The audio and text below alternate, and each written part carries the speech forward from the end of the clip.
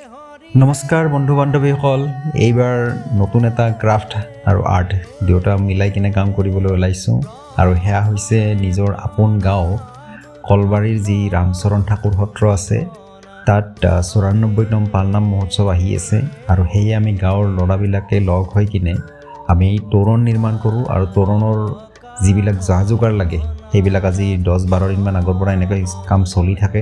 সেইবিলাক আমি সংগ্ৰহ কৰোঁ। তামোলৰ এইবাৰ গেট, তামোলৰ আমি খুঁটা ব্যৱহাৰ কৰিম, লগতে প্লাইউডত আমি আৰ্ট কৰিম।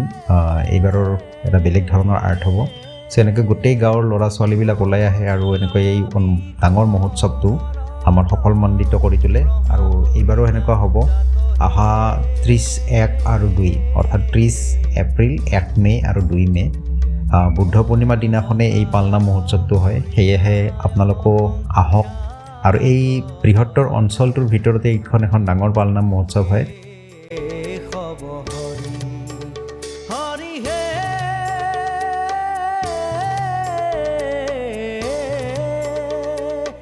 এই অনুষ্ঠানটো বহুত ডাঙৰ অনুষ্ঠান হৈছে এতিয়া আৰু চাওঁতে চাওঁতে বহুকেইটা বছৰে পাৰ হৈ গ'ল। আমিও এনেকৈ প্ৰতি বছৰে এনেকৈ তোৰণ নিৰ্মাণ কৰি আহি আছোঁ। চ' এইবাৰো নিৰ্মাণ হ'ব। আপোনালোকে আহক, সহযোগ কৰক আৰু সেৱা কৰক আমাৰ ৰামচৰণ ঠাকুৰ সত্ৰত আৰু এই বৃহৎ অনুষ্ঠানটো সাফল্যমণ্ডিত কৰি তোলক। চ' এনেকৈ চাই থাকিব। পৰৱৰ্তী সময়ত আৰু ভিডিঅ' দিম। এইটো এটা ফাৰ্ষ্ট পাৰ্ট হয় মহোৎসৱৰ ভিডিঅ' গেট বা তোৰণ নিৰ্মাণৰ। সাৰি বেদ প্ৰলয় জয়